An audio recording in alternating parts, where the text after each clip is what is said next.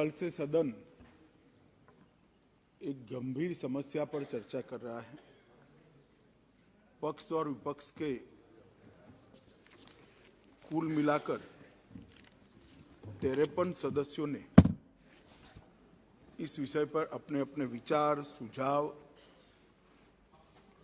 कुछ अवलोकन भी रखे, कुछ जानकारियां भी दी है और कुछ ग्रीवेंसेस भी रखे। मैंने कल रात को और आज सुबह सारी चीजों को ध्यान से देखा है। मैं सबसे पहले तो सदन के हरसिमरत बहन से शुरू कर पाटिल साहब तक जिन 53 सदस्यों ने अपने मूल्यवान विचार रखे हैं, उनका सरकार की ओर से और समाज की ओर से बहुत बहुत धन्यवाद करना चाहता हूं कि इस विषय को राजनीतिक रंग देने की जगह इस विषय को एक समस्या के नाते सदन ने बहुत गंभीरता से लिया है। क्योंकि हम सब लोग राजनीतिक है, अलग अलग राजनीतिक दल से आते हैं, सत्ता में है, विपक्ष में है, तो थोड़ा बहुत तड़का लगता है राजनीति का। पर उसके तारतम्य को अगर निकाले चर्चा के, तो यहां के हो या वहां के, सभी सदस्यों ने इस बात को स्वीकारा है कि गंभीर समस्या है, हमारी नस्लों को बर्बाद करने वाली समस्या है और अब आगे जाकर ये कारोबार से जो मुनाफा होता है वो आतंकवाद के वित्त पोषण के लिए भी उपयोग में आता है। इसके गंभीर प्रकार के साक्ष्य और सूचनाएं भी तंत्र के पास उपलब्ध हुई हैं। मैं सबसे पहले देश के गृह मंत्री के नाते नरेंद्र मोदी सरकार का संकल्प इस गृह के अंदर दोहराना चाहता हूं। आजादी के अमृत महोत्सव के वर्ष में मोदी जी ने नशा मुक्त भारत का संकल्प समग्र देश के सामने रखा है और जब से सरकार बनी तब से गंभीरतापूर्वक इस दिशा में ढेर सारी कार्यवाही भी हुई। मैं सदन को फिर से एक बार आश्वस्त करना चाहता हूं कि नरेंद्र मोदी सरकार की ड्रग के कारोबार पर और उसके मुनाफे से आतंकवाद के वित्त पोषण पर जीरो टॉलरेंस की नीति है और हम सख्ताई से इसको जीरो तक ले जाने के लिए हम प्रयास कर रहे हैं। मान्यवर, ड्रग का प्रचार प्रसार न केवल हमारी आने वाली नस्लों को खोखला करता है, लाखों लाखों परिवारों को बर्बाद करता है और कई प्रकार के सामाजिक दूषण भी, कानून और व्यवस्था से जुड़े हुए भी इससे खड़े होते हैं। आगे मैंने कहा, ऐसे आतंकवाद के वित्त पोषण के लिए भी इसके मुनाफे का जो देश भारत में आतंकवाद को बढ़ाना चाहते हैं, समर्थन देना चाहते हैं, वो इसका उपयोग करते हैं और देश के अर्थतंत्र के अंदर ये डर्टी मनी की प्रेजेंस देश के अर्थतंत्र को भी खोखला करती है। इसलिए जो नरेंद्र मोदी जी ने, देश के सम्मानीय प्रधानमंत्री जी ने गृह विभाग के सामने एक लक्ष्य रखा है नशा मुक्त भारत का, मैं निश्चित रूप से इस सदन को आश्वासन देना चाहता हूं, आश्वस्त करना चाहता हूं कि लक्ष्य की पूरी परिपूर्ति के लिए हमारी ओर से कोई कसर नहीं छोड़ी जाएगी। मान्यवर, ये लड़ाई न केंद्र की है, न राज्य की है, न कोई एक विभाग की है। केंद्र सरकार और सभी राज्य सरकार और केंद्र शासित प्रदेशों ने मिलकर ये लड़ाई लड़नी पड़ेगी, क्योंकि इसका परिणाम लाना है तो बहुआयामी लड़ाई लड़े बगैर ये परिणाम नहीं आ सकता है। बॉर्डरों को से भी ड्रग की एंट्री को रोकना पड़ेगा। एयरपोर्ट और बंदरगाहों से भी ड्रग की एंट्री को रोकना पड़ेगा। रेवेन्यू डिपार्टमेंट ने भी सतर्कता के साथ इन टोटो जो योजना बनी है इसका एक हिस्सा बनकर एग्रेसिवली काम करना पड़ेगा। नारकोटिक्स कंट्रोल ब्यूरो और राज्य की एंटी नारकोटिक्स सारी एजेंसियों ने भी एक पेज पर रहकर काम करना पड़ेगा। इसके साथ साथ पुनर्वसन और व्यसन मुक्ति के लिए समाज कल्याण विभाग और हेल्थ डिपार्टमेंट ने भी साथ में रहना पड़ेगा। इसके सभी आयामों को अगर हम एड्रेस करते हैं और सभी आयामों को ये लड़ाई के अंदर एक समान तीव्रता से जोड़ते हैं, तभी जाकर हमारा ड्रग फ्री इंडिया का स्वप्न साकार हो सकता है। मान्यवर, ये बहुत महत्वपूर्ण बात है कि लड़ाई केंद्र सरकार और राज्य सरकारों ने मिलकर लड़नी है। हमारे संघीय ढांचे में राज्य सरकारें कई सारी पार्टियों की होती है, कई बार केंद्र में भी मिली जुली सरकारें आती हैं, परंतु मैं आज ये बात सदन के सामने स्वीकार करना चाहता हूं कि जहां तक ड्रग के खिलाफ लड़ाई का सवाल है, देश की सभी राज्य सरकारों ने केंद्र सरकार के साथ कंधे से कंधा मिलाकर ये लड़ाई को गंभीरता के साथ लड़ा है।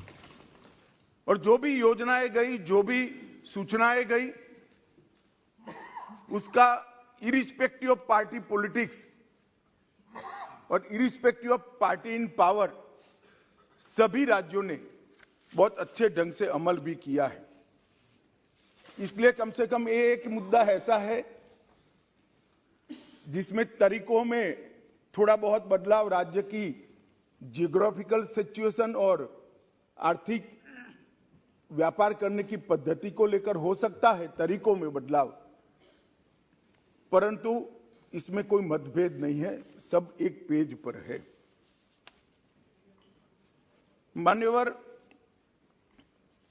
जहां तक बॉर्डर के राज्य हैं, कल सभी बॉर्डर के राज्यों के सदस्यों ने गंभीरता से विषय रखा है। मैं स्पष्ट कर देना चाहता हूं कि बॉर्डर से ट्रेड का सवाल है। पाकिस्तान के साथ अभी कोई ट्रेड हमारा बॉर्डर से नहीं होता है, इससे ड्रग आने का सवाल नहीं है, परंतु इससे हमारी दिक्कतें समाप्त नहीं होती। ड्रोन से आता है, तस्करी से आता है, सुरंगें बनाकर भेज देते हैं, बंदरगाहों के माध्यम से आता है, एयरपोर्ट से माध्यम से आता है। तो व्यापार बंद करने से इस समस्या का समाधान नहीं आया है। समस्या को जहां जहां पर वो लोग अपना नया तरीका ढूंढते हैं, उसको हमें नसीहत करना पड़ेगा, समाप्त करना पड़ेगा। मान्यवर, एक बहुत सारे सदस्यों का सुझाव आया, हो गया भैया, आगे मेरा पूरा भाषण समाप्त होने के बाद आप कुछ कह सकते हैं। मान्यवर, जहां तक कानून का सवाल है, ढेर सारे लोगों ने कहा, दादा ने कहा कि इसमें फांसी की सजा होनी चाहिए या नहीं होनी चाहिए, किसी ने कहा कि इसको कठोर बनाना चाहिए। मैं भारत सरकार की नीति बहुत स्पष्टता से इस सदन के माध्यम से देश की जनता के सामने रखना चाहता हूं।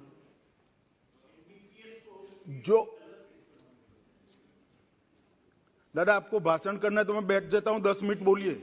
इतने सीनियर सांसद होकर बीच में टोका टोकी करना ना आपकी उम्र के लिए अच्छा है ना आपकी सीनियोरिटी के लिए अच्छा है। मैं बैठ जाता हूं, आप भाषण करिए 10 मिनट प्लीज। माननीय गृह मंत्री जी, माननीय गृह मंत्री जी। हर बार नहीं करनी चाहिए, विषय की गंभीरता को समझना चाहिए, तो बोले नहीं होते। क्रोधित नहीं होता हूं भैया, समझाता हूं। कई बार समझाना पड़ता है बड़ों को भी। मान्यवर, जहां तक कानून का सवाल है, मैं इस सरकार की नीति को बहुत स्पष्ट करना चाहता हूं। जो ड्रग का सेवन करते हैं वो विक्टिम है, उनके प्रति सहानुभूति का रवैया होना चाहिए और पुनर्वसन की तैयारी और पुनर्वसन की कानूनी प्रावधान होनी चाहिए।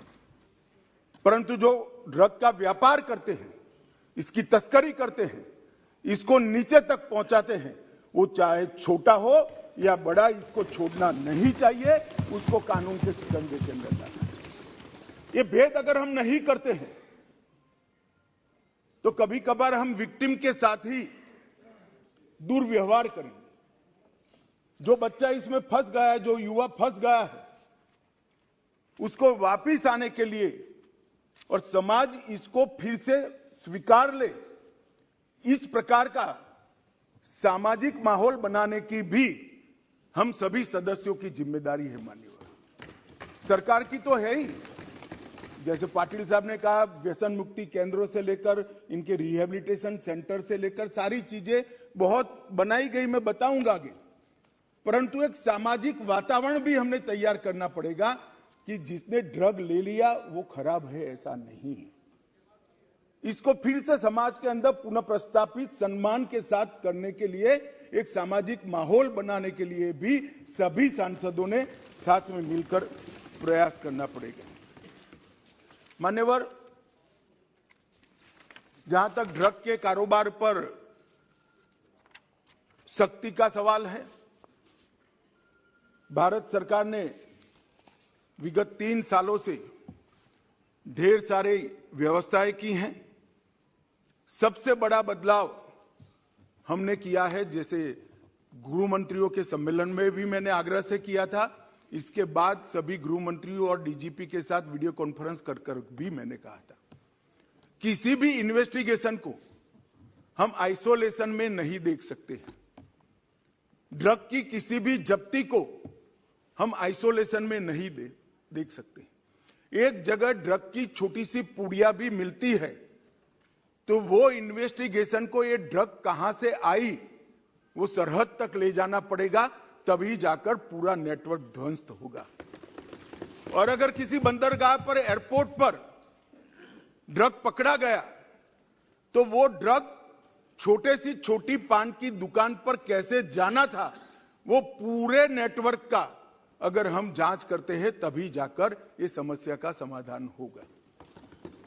मैंने सभी गृह मंत्रियों को यह भी कहा है, उसमें राज्य की भी सीमाएं आती है, कई बार अंतर्देशीय सीमाएं भी आती हैं, अंतर्राज्य की सीमा भी आती हैं, सीमा के पार भी इसका इन्वेस्टिगेशन करना पड़ता है। उस वक्त एनसीबी और एनआईए 2 ऐसी एजेंसियां हैं जो एनसीबी पूरे देश भर में जांच कर सकती है और एनआईए विदेश में जाकर भी जांच कर सकती है। इसीलिए जब एनआईए का कानून हम लेकर आए तब उसमें ड्रग के कारोबार को हमने डाल दिया था। और मान्यवर, मैंने सभी राज्यों के मुख्यमंत्रियों को विनती किया था कि अगर आपके राज्य में कोई ऐसा केस है जिसके टॉप टू बॉटम और बॉटम टू टॉप इन्वेस्टिगेशन करते वक्त राज्य की सीमाएं लांघनी पड़ती है, तो आप निसंकोच एनसीबी की मदद ले सकते हैं। एनसीबी हर एक राज्य को मदद करने के लिए तैयार है और कटिबद्ध है। और अगर वो इन्वेस्टिगेशन देश की सरहदों के बाहर जाता है तो आप वो इन्वेस्टिगेशन के लिए एनआईए की भी मदद ले सकते हैं। एनआईए आपकी मदद करने के लिए तत्पर है। और मुझे आनंद है मान्यवर, लगभग 42 इन्वेस्टिगेशन राज्यों ने एनसीबी या एनआईए को दिए हैं और सफलतापूर्वक पूरे नेटवर्क को ध्वस्त करने के लिए आज तीनों एजेंसियां, राज्य की, एनआईए और एनसीबी आगे बढ़ रही है और इसके बहुत अच्छे परिणाम भी हमने मिले हैं। और राज्य के सहयोग से केंद्र का नारकोटिक्स के सामने लड़ने की गति भी दुगनी हुई है और उत्साह भी दुगना हुआ है। मान्यवर, एनसीबी और एनआईए को जो केस सौंपे गए, वो केसों को हमने राज्य की एजेंसियों को साथ में रखकर भी इन्वेस्टिगेट किया है। मान्यवर, अभी एक गोल्डन ट्रायंगल और गोल्डन क्रिसेंट का उल्लेख आया। मैं थोड़ा अप्रोच बदलने की बात करता हूं। एक गोल्डन ट्रायंगल जिसमें दक्षिण पूर्व एशिया के देश हैं, गोल्डन क्रिसेंट ईरान, अफगानिस्तान और पाकिस्तान है। ये ड्रग के व्यापारियों ने उसको गोल्डन ट्रायंगल और गोल्डन क्रिसेंट नाम दिया है। मैं जब भी बैठक में इन क्षेत्रों का शब्द प्रयोग करता हूं, तब डेथ ट्रायंगल और डेथ क्रिसेंट कर ही करता हूं। ये मौत का व्यापार करने वाले, हो सकता है वो गोल्डन ट्रायंगल हो नशे के कारोबारियों के लिए, हमारे लिए नहीं होना चाहिए। और हमारे अप्रोच के अंदर बदलाव समग्र दुनिया के सामने बहुत बड़ा संदेश भेजेगा। मान्यवर, नारकोटिक्स के खिलाफ भारत सरकार के गृह विभाग ने जो लड़ाई, भारत सरकार के वित्त विभाग ने जो लड़ाई छेड़ी है, और इसमें समाज कल्याण विभाग और स्वास्थ्य विभाग हमारी मदद में है, इसमें हमने जीरो टॉलरेंस की नीति अपनाई है। इसके 3 हिस्से हमने रखे हैं। संस्थागत संरचना की मजबूती, जो इंस्टीट्यूशंस हैं इसको स्ट्रॉन्च करना, जवाबदेह करना और सतत मॉनिटरिंग से उसको अलर्ट रखना। सभी नार्को एजेंसियों का, जिसमें स्टेट की नार्को एजेंसी भी आती है मान्यवर, और केंद्र की भी सभी डिपार्टमेंट आते हैं, उनका सशक्तिकरण और समन्वय, उनको एम्पावर करना और सबके बीच में कोऑर्डिनेशन बनाना, और एक विस्तृत अभियान जागरूकता और पुनर्वसन के लिए हाथ में लेना। ये 3 विभागों में ये लड़ाई की संरचना गृह विभाग ने की है, क्योंकि मान्यवर ये सीमा रहित अपराध है। ये अपराध की कोई सीमा ही नहीं है। कहीं से बैठकर कोई इसका व्यापार कर रहा है और बच्चे हमारे फंस रहे हैं, नस्लें हमारी बर्बाद हो रही। तो जब तक कोऑपरेशन, कोऑर्डिनेशन और कोलैबोरेशन नहीं होता है, हम इस लड़ाई को जीत नहीं सकते हैं। तो 3 स्तर पर, त्रिसूत्रीय फॉर्मूला पर हम आगे बढ़े हैं और ये तीनों सूत्रों पर होल ऑफ गवर्नमेंट अप्रोच से आगे बढ़े हैं। ये किसी एक डिपार्टमेंट की लड़ाई नहीं है, किसी एक सरकार की नहीं है। राज्य सरकार हो या केंद्र सरकार, उसके सभी डिपार्टमेंट ने साथ मिलकर और देश की सभी सरकारों ने साथ में मिलकर ये लड़ाई को लड़नी है। मान्यवर, हमने जो प्रमुख इनिशिएटिव लिए हैं, इसमें संस्थागत संरचना की मजबूती के लिए मैं बात करना चाहूंगा। 2019 में हमने 4 स्तरीय एनकोड की स्थापना की है। एक शीर्ष स्तरीय एनकोड है, इसके बाद में एग्जीक्यूटिव कार्यकारी स्तर पर एनकोड समिति है, उसके बाद में राज्य स्तरीय एनकोड समिति बनी है और इसके बाद में जिला स्तरीय एनकोड समिति बनी है। तो जिला से लेकर केंद्र तक ये एनकोड समितियों के माध्यम से एक समन्वय स्थापित किया है और केंद्र में भी नीति निर्धारण करने वाले लोग और एग्जीक्यूशन करने वाले लोग, इसके लिए भी शीर्ष स्तरीय कमेटी और कार्यकारी समिति, इस प्रकार के 2 हिस्से हमने किए हैं। अभी 5वीं शीर्ष स्तरीय एनकोड कमेटी की बैठक हुई थी, मैंने ही इसकी अध्यक्षता की थी और ढेर सारे फैसले हमने लेकर नीचे राज्यों को पहुंचाए हैं। अब वो जिले तक परकोलेट हो गए। मगर इस स्तर पर मैं सभी राज्य के मुख्यमंत्रियों को भी सदन के माध्यम से निवेदन करना चाहता हूं। ढेर सारे राज्यों ने, लगभग 100% राज्यों ने राज्य स्तरीय एनकोड समिति बना ली है। इसकी मीटिंग्स भी होती है, इसकी मिनट्स भी आती है और वहां पर केंद्रीय एजेंसियों के प्रतिनिधियों को बिठाते भी है, चर्चा भी करते हैं। परंतु सबसे महत्वपूर्ण जो है, जिला स्तरीय संरचना का डिस्ट्रिक्ट लेवल पर जब तक डीसीपी और कलेक्टर इकट्ठा बैठकर, समाज कल्याण अधिकारी इकट्ठे बैठकर और हेल्थ डिपार्टमेंट का बंदा इकट्ठा बैठकर जिला स्तर पर इसकी मीमांसा नहीं करेंगे, ये हमारी लड़ाई सफल नहीं होने वाली। आज तक देश के सिर्फ 32% जिलों में, हम 1.5 साल से प्रयास कर रहे हैं, 32% जिलों में ही समिति बनी है। इस सदन के माध्यम से मैं देश भर के सभी राज्यों के मुख्यमंत्रियों को और केंद्र शासित प्रदेश के सभी सरकारों को, एलजी को, एडमिनिस्ट्रेटर्स को निवेदन करना चाहता हूं कि आप स्वयं व्यक्तिगत स्तर पर इंटरेस्ट लेकर आप अपने अपने राज्य में जिला स्तरीय एनकोड समिति की रचना करें। जिस दिन राज्य के, देश के सभी जिलों में जिला स्तरीय एनकोड समिति बन जाएगी और राज्य स्तरीय एनकोड समितियों को उसका फीडबैक मिलेगा, ये लड़ाई हमारी बहुत मजबूत हो जाएगी। एनकोड नोडल एजेंसी के तौर पर हमने मान्यवर एनसीबी को रखा है। इसके तहत भारतीय नौसेना, भारतीय तटरक्षक दल, drug controller, revenue department, national maritime security, NTRO, port trust, airport authority of India, coastal police और राज्य की नार्को एजेंसी, ये सब मिलाकर एक कोऑर्डिनेशन का काम करते हैं। इसके लिए मान्यवर हमने एक एनकोड पोर्टल भी बनाया है जो एनसीबी चलाती है। एनकोड पोर्टल का काम डेटा इंटीग्रेशन का है।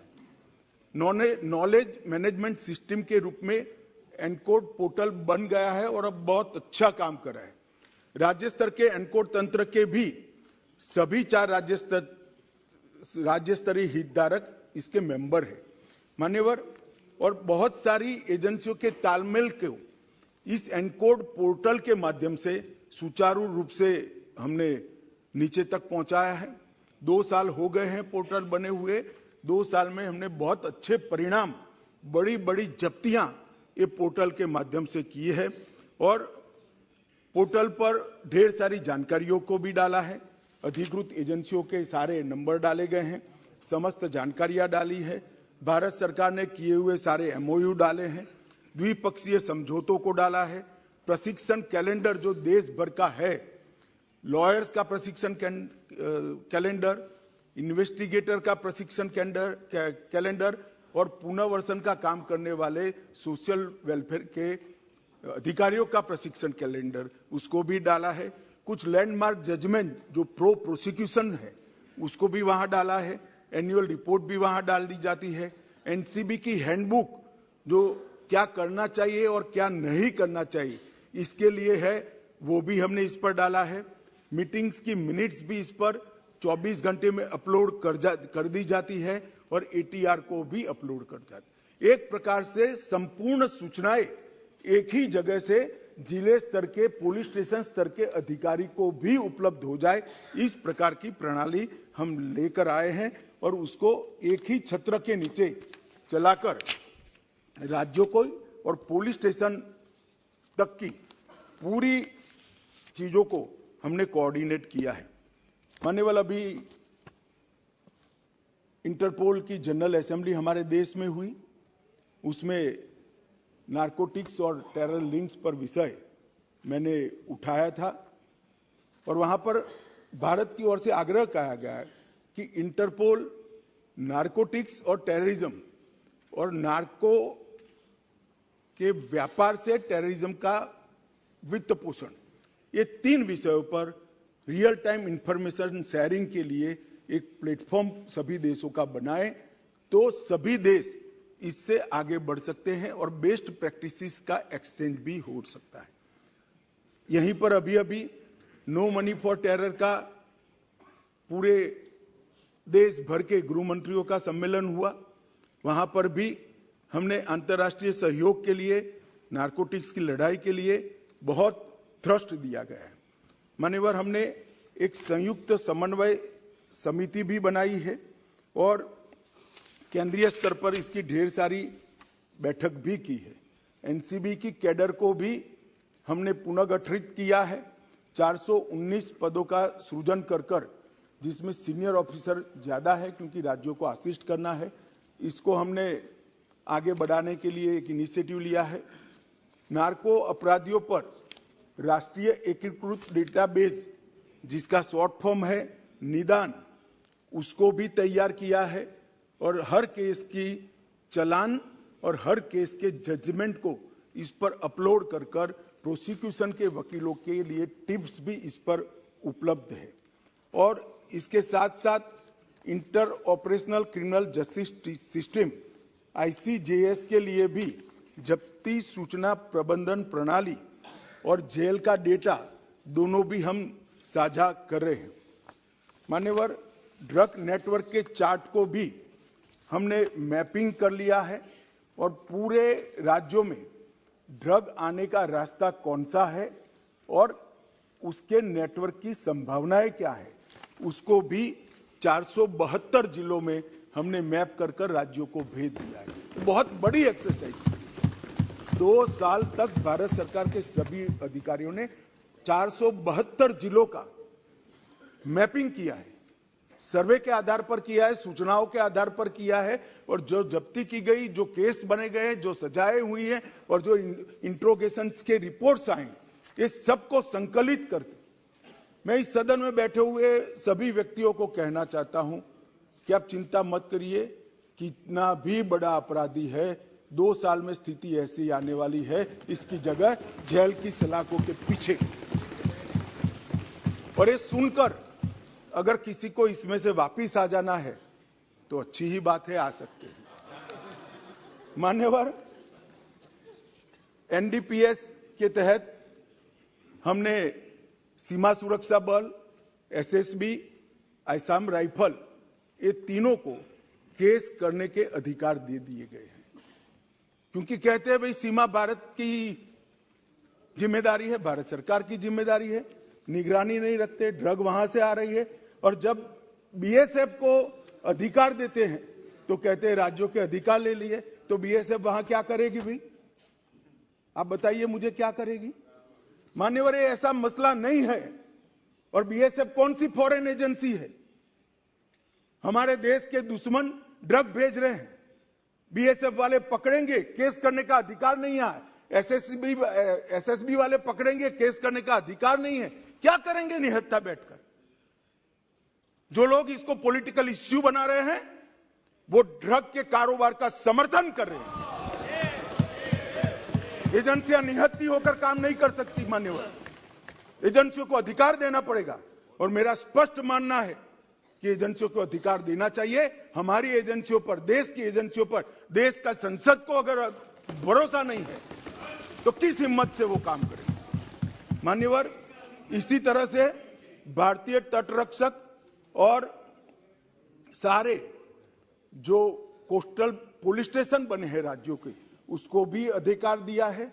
रेलवे प्रोटेक्शन फोर्स को भी हमने अधिकार दिया है और NIA को दुनिया भर में अगर हमारे देश में ड्रग के कारोबार से जुड़ी हुई कोई भी इन्वेस्टिगेशन करनी है तो आज NIA दुनिया भर के देशों में जाने के लिए इसी संसद ने उसको सशक्त किया है, अधिकार दिया है और एम्पावर किया है।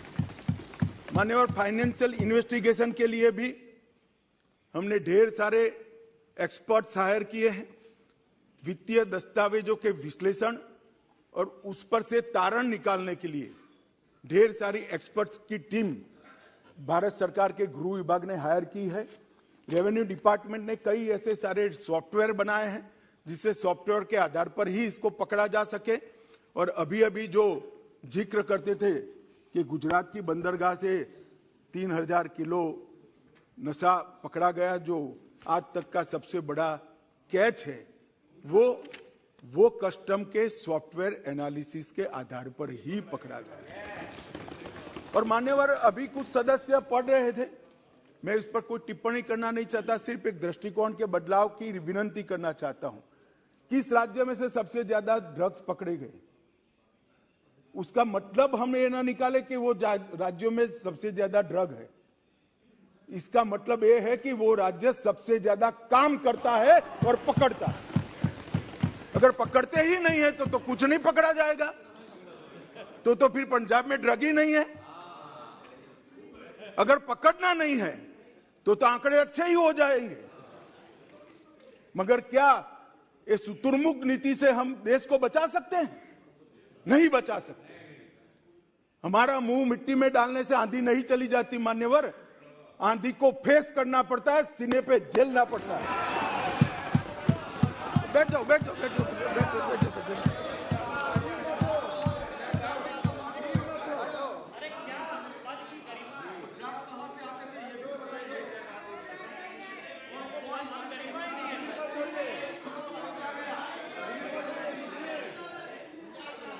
एक मिनट, मान्यवर कांग्रेस पार्टी के नेता ये कह रहे ड्रग कहां से आ रहा था। ड्रग गल्फ कंट्रीज से आ रहा था। इसके मालिक कौन है, उनको सारे के सारे पकड़ लिए गए हैं, फैक्ट्रियां सील कर दी गई हैं और उसके आधार पर देश के 12 राज्यों में रेड कर वहां भी कारोबार करने वालों को पकड़ लिया। और दूसरी बात, अभी मेरे पास नहीं है, मुझे मालूम नहीं था कि मुझे पुलिस इंस्पेक्टर की तरह इस सदन में जवाब देना पड़ेगा, तो मैं डिटेल लेकर नहीं आया हूं, मगर चालान कर दिया गया है, ऑनलाइन उपलब्ध है, सर्च कर नहीं मिलना है तो मुझे बताइएगा, मैं भेज दूंगा आपको। माननीय अध्यक्ष जी, संपत्तियों को जब्त करने के लिए भी हमने कार्य पद्धति डिस्ट्रिक्ट लेवल तक सर्कुलरेट कर दी है। मनी लॉन्ड्रिंग की चैनलें, हवाला लेन देन और डार्क नेट, ये तीनों के लिए हैकाथॉन कर हमने ढेर सारे बच्चों के टैलेंट को संग्रहित कर एक बहुत सटीक रणनीति बनाई है, जो सार्वजनिक करना ठीक नहीं है, परंतु मैं इतना कहना चाहता हूं कि सारी चैनलों का उपयोग कर कोई मानता है कि एजेंसियों की नजर के बाहर जाएगा, तो वो ऐसा नहीं होगा। ढेर सारे लोग पकड़े गए हैं और आगे भी अभियान हमने नारकोटिक्स के पकड़ते वक्त और एयरपोर्ट पर और बंदरगाहों पे डॉग स्क्वाड की तंगी थी, तो हमने हमारे ही स्वदेशी डॉग की नस्ल को तैयार कर अब बहुत बड़ी मात्रा में डॉग स्क्वाड बना लिए हैं और हम राज्यों को भी मान्यवर दे रहे हैं। मान्यवर, एनकोड के स्ट्रक्चर से जो प्रभावी समन्वय हो रहा है, इसको नीचे तक ले जाने के लिए हमने ढेर सारी सूचनाएं दी हैं। इसके साथ साथ एकीकृत ड्रग डेटा, सूचना प्रबंधन, सरकारी आदेश, सरकारी कानूनों, जो मैपिंग किया गया है इसकी डिटेल्स, मैपिंग को एक्सप्लोर करने के लिए जो नियम बनाए गए, ये best practices exchange, standard operating procedures और न्यायालय के अच्छे प्रोसिक्यूशन के पक्ष में आए हुए आदेशों का एनालिसिस और आर्ग्यूमेंट्स, ये सारा तैयार कर जिला स्तर तक एनकोड के माध्यम से हमने भेज दिया है। मान्यवर, dedicated anti narcotics task force भी हमने बनाया है। राज्यों और संघ क्षेत्रों के समर्पित एक एंटी नारकोटिक्स टास्क फोर्स भी राज्यों की सहायता में उपलब्ध है। इसके साथ साथ फार्मा डिपार्टमेंट जो भारत सरकार का है, दोहरे उपयोग वाली दवाइयों के लिए कितना मिनिमम उपयोग हो सकता है, इस पर भी एक अधिकारियों का समिति बनाकर कितनी दवाओं पर बैन कर सकते हैं, जिसके विकल्प उपलब्ध हैं, वो दवाइयों को पूर्णतः बैन कर दिया जाए, इस पर भी काम चालू है। 4 मीटिंग हो गई है, अंतिम मीटिंग मार्च महीने में रखी है। मुझे आशा है कि ढेर सारी दवाइयों को प्रतिबंधित श्रेणी में हम ले जाएंगे, जिससे इसके उपयोग पर रोक लगाई जा सके।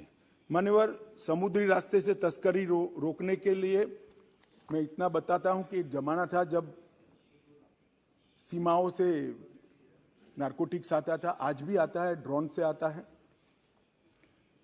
जो ओपन सरहदें हैं उत्तर पूर्व की, वहां से भी आता है, परंतु 60 से 70% नारकोटिक्स अब समुद्री रास्ते से और एयरपोर्ट से आता है।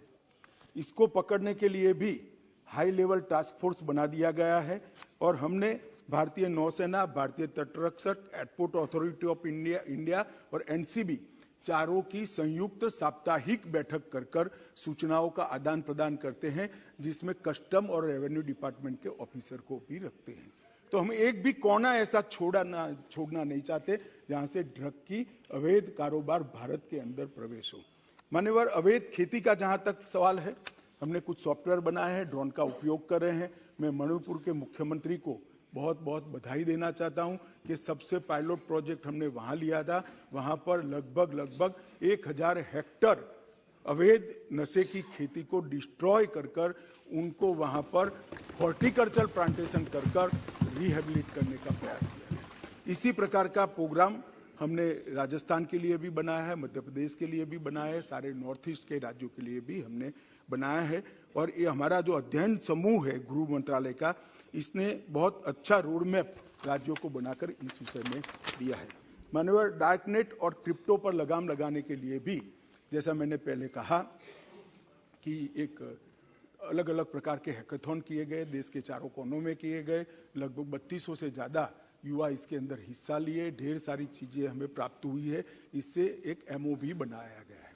परंतु इसके साथ साथ मैक, जो एक सभी एजेंसियों के समन्वय का सेंटर है, सब मैक के रूप में हमने नार्को के लिए एक अलग मैक की व्यवस्था को गठित किया है और इसके अंदर नार्को ट्रैफिकिंग प्लेटफॉर्म की निगरानी, ड्रग नेटवर्क के इंटरसेप्शन, ट्रेंड्स के निरंतर एनालिसिस, डेटाबेस के अपडेट को एनालिसिस कर नई रणनीति बनाना और कार्य प्रणाली और नोड्स पर ध्यान देते हुए एक बहुत अच्छी रणनीति साप्ताहिक इसका रिव्यू हम करते हैं और मुझे लगता है कि इससे बहुत बड़ा फायदा मान्यवर हुआ है। नार्कोटिक्स का प्रशिक्षण का मॉड्यूल भी बनाया गया है। 5 अलग अलग प्रशिक्षण मॉड्यूल बनाए गए हैं, जिसके अंदर नार्कोटिक्स के केस को किस तरह से लड़ा जाए, चालान करने के पहले मिनिमम क्या इसके अंदर चीज़ें हमें इंक्लूड करनी है, इसके साथ साथ जब जब्ती होती है तब क्या केयर लेनी है जिसका फायदा व्यापार करने वालों को प्रोसिक्यूशन के वक्त न मिल पाए। तीसरा, पुनर्वसन के लिए भी एक ट्रेनिंग का मॉड्यूल बनाया है। चौथा मॉड्यूल इलेक्ट्रॉनिक एनालिसिस का, सारे डेटा के एनालिसिस का बनाया है। और 5वां मॉड्यूल समन्वय के लिए, अगर फिजिकली नहीं मिल सकते हैं तो ऑनलाइन समन्वय कैसे हो सकता है, इसका भी हमने मॉड्यूल बनाए हैं।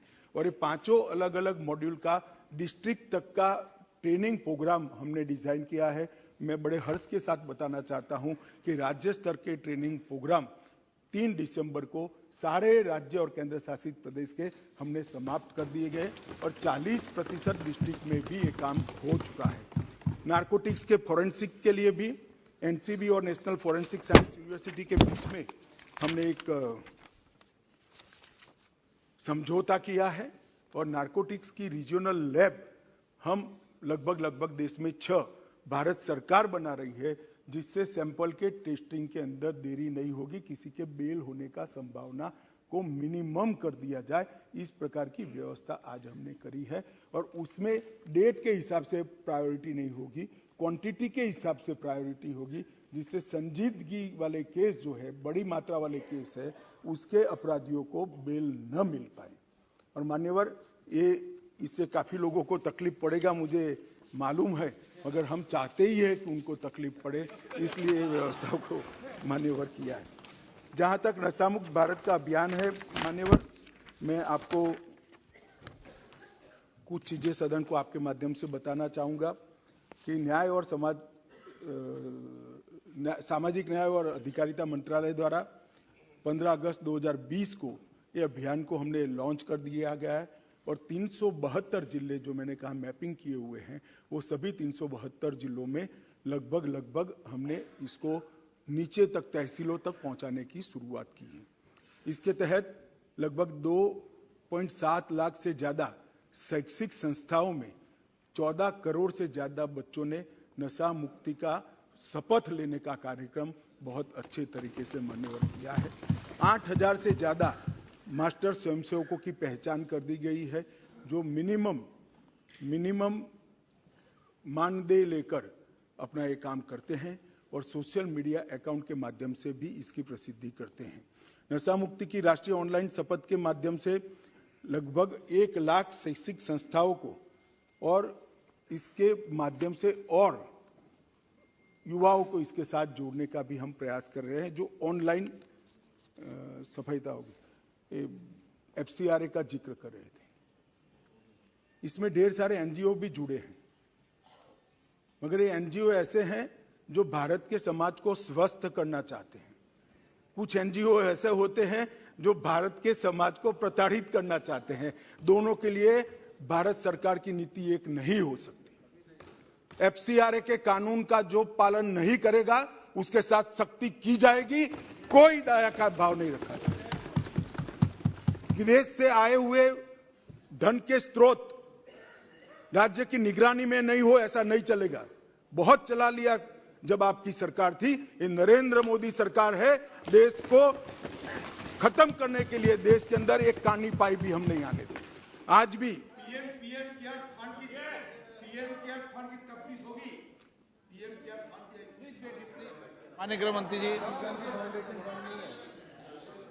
मान्यवर, इस मिशन के अंदर चिन्मय मिशन भी जुड़ा है, रामकृष्ण मिशन भी जुड़ा है, आर्ट ऑफ लिविंग भी जुड़े हैं, ब्रह्मा कुमारीज भी जुड़े हैं, निरंकारी मिशन भी जुड़ा है और ढेर सारे आध्यात्मिक, धार्मिक और सामाजिक संगठन भी जुड़े हैं। इन पर कोई तकलीफ नहीं है, उनको FCRA के कानून से कोई दिक्कत भी नहीं है। मगर जो लोग देश के अंदर देश की डेमोग्राफी को बदलना चाहते हैं और इसके लिए FCRA का उपयोग करना चाहते हैं, तो वो कानूनन इसकी इजाजत नहीं दी जा सकती। इस पर सख्त कार्रवाई।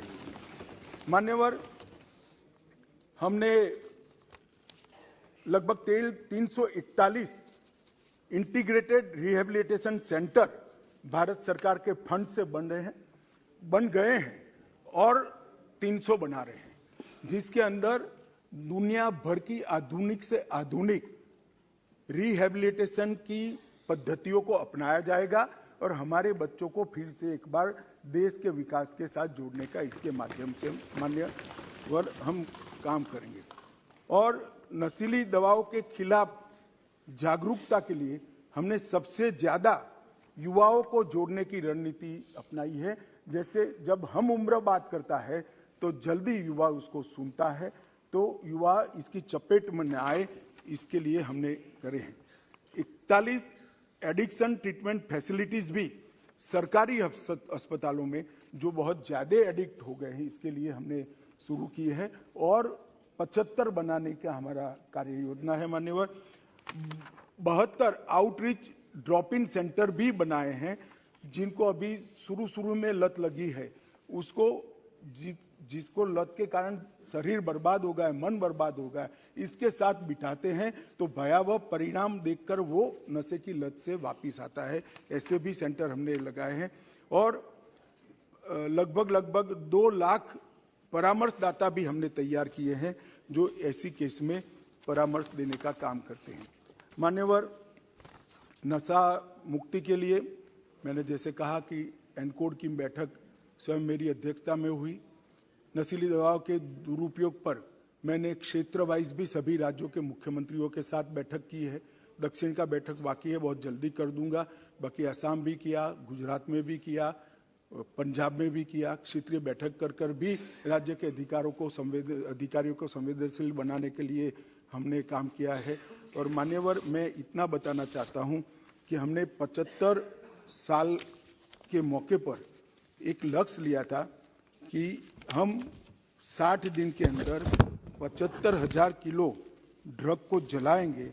मुझे कहते हुए आनंद है, 60 दिन में 1,60,000 किलो से ज्यादा ड्रग को हमने जलाने का काम किया। और ये अभियान जो मैंने सारा बताया, उसको ऑल ओवर मॉनिटरिंग के लिए गृह मंत्रालय के अध्यक्षता में, गृह सचिव की अध्यक्षता में सामाजिक न्याय एवं अधिकारिता सचिव, रसायन और उर्वरक सचिव, स्वास्थ्य सचिव, फार्मा विभाग के सचिव, राजस्व विभाग के सचिव और पोर्ट डिपार्टमेंट और एयरपोर्ट अथॉरिटी के सचिव को इसके साथ एक कोऑर्डिनेशन कमेटी बनाई है जो हर 15 दिन में बैठकर इसकी मीमांसा करती है।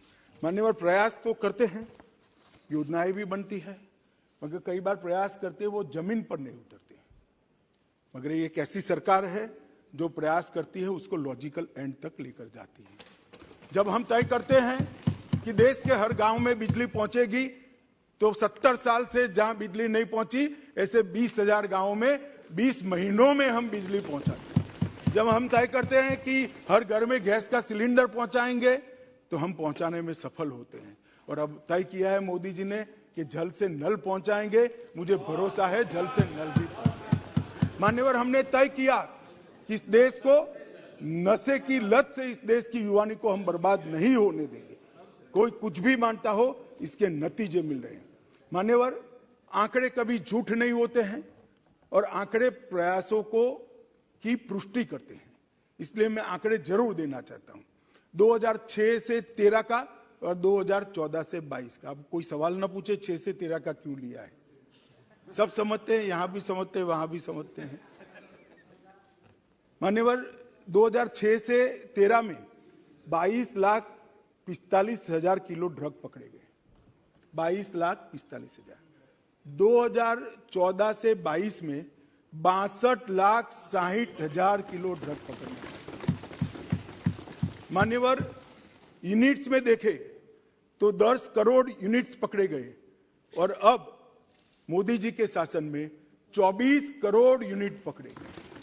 कीमत में लगभग 23,000 करोड़ की कीमत थी 2006 से 13 में। इतनी महंगाई वहां नहीं हुई है जिससे कीमत बढ़ जाए, मात्रा बढ़ी है 23,000 करोड़। और मान्यवर, अब 97,000 करोड़ के ड्रग को पकड़कर जला दिया गया, 5 गुना ज्यादा। मान्यवर, मामले 1,45,062 रजिस्टर हुए थे, इसमें 4,14,697 मामले थे और कुल गिरफ्तारी 1,62,908 हुई थी और यहां पर 5,23,234 हुई। पहले गंभीर प्रकार के केसों की क्वालिटी नहीं बनी थी। ड्रग के सेवन करने वाले का केस अलग होता है, ड्रग के खुदरा व्यापार करने का केस अलग होता है और ड्रग स्मगलिंग और ड्रग के डीलर का केस। हमने डीलर और स्मगलिंग के केस को गंभीर प्रकार के 13,000 केस मान्यवर डीलर और स्मगलिंग करने वालों के खिलाफ रजिस्टर हुए। ये बताता है कि हमारी दिशा सही है, परिणाम भी मिल रहे हैं। मान्यवर, कई बार मैं तो आश्चर्य करता हूं, कई बार सभाओं में मैंने देखा एक राष्ट्रीय नेता अब उपस्थित नहीं है, उपस्थित भी होते तो नाम भी दे देता, यात्रा में है तो नहीं, मैंने कहा ना, नहीं, मैं सुनिए ना, मेरा सोच के बारे में कुछ नहीं है, समझ के बारे में समझो जरा। मान्यवर, मैंने गुजरात के चुनाव के वक्त एक भाषण सुना कि गुजरात में ड्रग का कारोबार बढ़ गया है, गुजरात से ड्रग पकड़ा जाता है। अरे भाई, देश की सीमा है, बंदरगाह है, बंदरगाह से आएगा, हम पकड़ेंगे तो अच्छा किया या बुरा किया, ये समझ में ही नहीं आ रहा है। अब पंजाब में नहीं पकड़ा जाता है तो क्या बिट्टू साहब कह सकते हैं पंजाब में ड्रग नहीं है? भाई, पकड़ना कोई बुरी बात नहीं है, पकड़ना अच्छी बात है और हम इस कमेंट से कोई हतोत्साह नहीं होंगे और पकड़ेंगे और खत्म करेंगे। मान्यवर, ये जो जिस प्रकार की चीजें कर रहे हैं, मुझे तो मालूम नहीं है पूरी लड़ाई को समझ रहे या नहीं समझ रहे। मान्यवर, पिछले 5 वर्ष में हमने 61 नए साइटोट्रोपिक पदार्थों को अधिसूचित किया है जो पहले इस कैटेगरी में नहीं आते थे, अब एफएसएल से सिद्ध कर इसको करा है। जब्ती की क्वालिटी में भी सुधार आया है।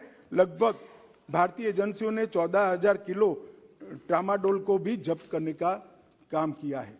मान्यवर, मैं इतना ही कहना चाहता हूं कि अभियान कोई एक सरकार का नहीं हो सकता, ये अभियान कोई एक दल का भी नहीं हो सकता, ये अभियान कोई एक एजेंसी का भी नहीं हो सकता। केंद्र और राज्य की सभी एजेंसियों ने एक ही प्लेटफॉर्म पर आकर समान तीव्रता और समान गंभीरता के साथ इस अभियान को चलाना पड़ेगा, तब हम हमारी आने वाली नस्लों को बचा पाएंगे। मान्यवर, ये लड़ाई ऐसे नाजुक मोड़ पर है, अगर इस वक्त हम जीतते हैं तो हम हमारी नस्लों को बचाते हैं, और इस वक्त अगर नशे के व्यापारी जीतते हैं तो हमारी नस्लों को कोई बचा नहीं सकता। इसलिए मेरा पूरा सदन से अनुरोध है मान्यवर कि इस एक मुद्दे पर हम राजनीति न करें, सभी राज्य की सरकार एक साथ आए, जिला स्तरीय एनकोड की रचना करे, और ये जो अभियान मोदी जी के नेतृत्व में भारत सरकार के गृह विभाग ने चलाया है, वो अभियान को सभी लोग मजबूत बनाए। हम भी राज्यों के अभियान को मजबूत बनाने के लिए बहुत तत्पर हैं और उत्सुक भी हैं। सब केंद्र शासित प्रदेश, राज्य सरकार, केंद्र सरकार और समग्र देश की जनता और हम सभी जनप्रतिनिधि मिलकर इस अभियान को सफल बनाएं और जीरो टॉलरेंस टू ड्रग और नशा मुक्त भारत की रचना करें। यही अभ्यर्थना कर मेरी बात को